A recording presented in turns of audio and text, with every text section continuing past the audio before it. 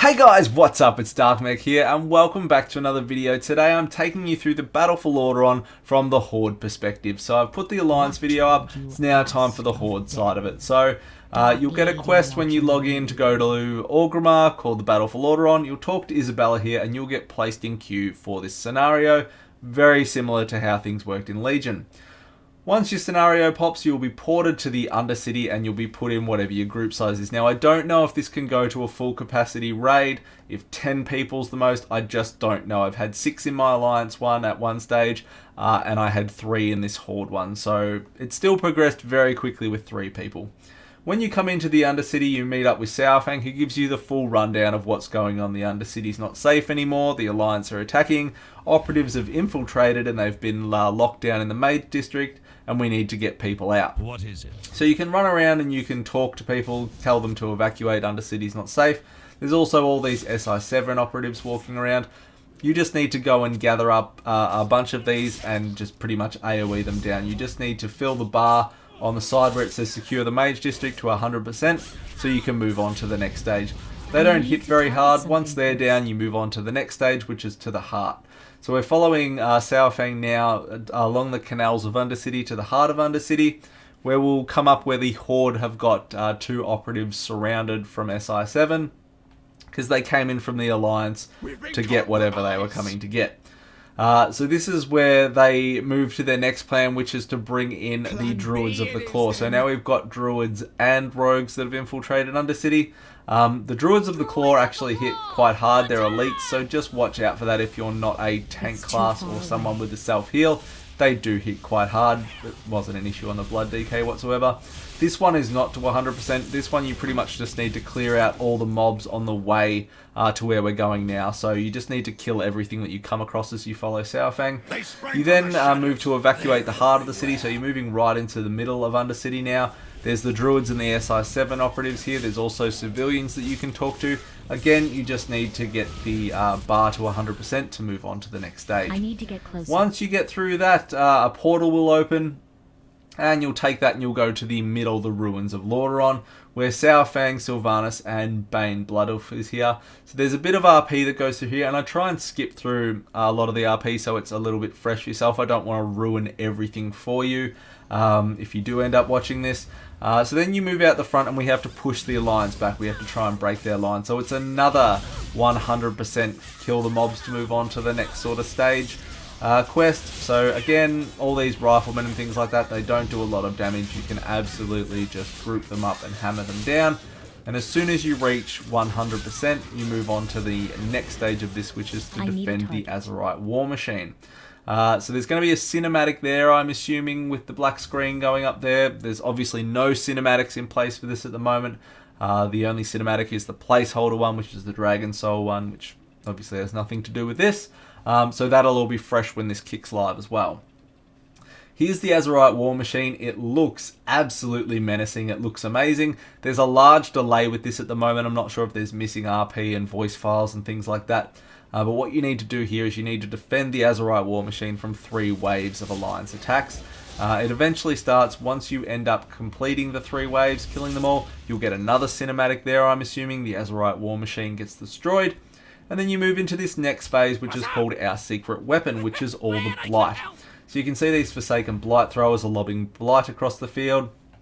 What we can do is we can talk to one of the Sludge Guards and we can get a gas mask and this Blight launcher, and we can run and we can launch our own Blight into the Alliance, which is fairly cool. You can use abilities while you're doing this. Mine didn't work for a little bit and then they started working. So if you do need to heal yourself, use AMS and things like that, you can. You can also just get a gas mask and run over and attack them. Once you hit 100% again, you will get a cinematic. This is the placeholder one. And you will move on to the next stage like wildfire. Game of Thrones in the house. So Saurfang has disappeared. We don't know where he's gone. We've got Sylvanas, we've got Blightcaller, and we've got Bane Bloodhoof. So now there's a lot of RP in regards to what's going to happen and who's going to break up and go where. So the Thanos Blightcaller ends up leading the reserves because Saurfang has gone MIA. We come down here, there's a lot of RP between Bane and Blightcaller as well. Again, trying to skip through that to not ruin all that for you. We run all the way down into this large open courtyard where we're coming to outnumber the Alliance severely. It's the whole point of this exercise here. So Blightcaller thinks that, you know, he's got this in the bag, that we've won completely. The largest issue I have with this for the Horde, you can see the Alliance coming around now, is in this holding them back phase. There's not a lot you can actually do. We can't, as players, interact with really anything out here. So we can't get in the Blight Throwers, we can't get in the Catapults, we can't ride an Abomination, we can't really do anything. We just have to run around and try and hit the non-elites, because the elites, being the named characters and things like that, like Gen, Anduin, have way too much health. Jaina, there's just no point attacking them. So that was a real bummer. So Illyria actually rocks up here with Mechatalk and a whole bunch of creations and mech machines and things like that, just to even the soldier ratio. And the fight kicks off. And as I said, this is the big problem. Now, a couple of things to take note here. The big red shield around Anduin is actually like a holy shield that will disorientate you if it gets it. I thought it might have been damaged. If it touches you, it will disorientate you.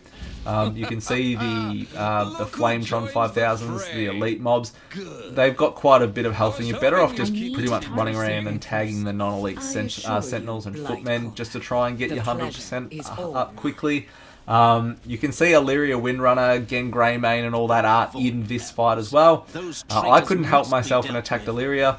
If you attack any of the names like Gen, Anduin and Illyria, this will actually cause it to bug. You can still complete it, but it kind of done fudges up.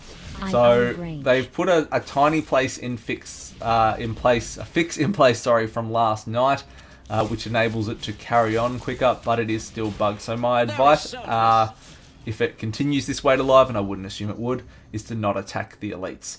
Or the named mobs, sorry, because if you do, you'll get a cinematic there, I'm assuming. It goes into the Cry Havoc, which Sylvanas calls for the retreat. But the problem is if you've attacked Gen, Anduin or Illyria, they will continue to chase you here. And you can see Blightcaller standing back there highlighted.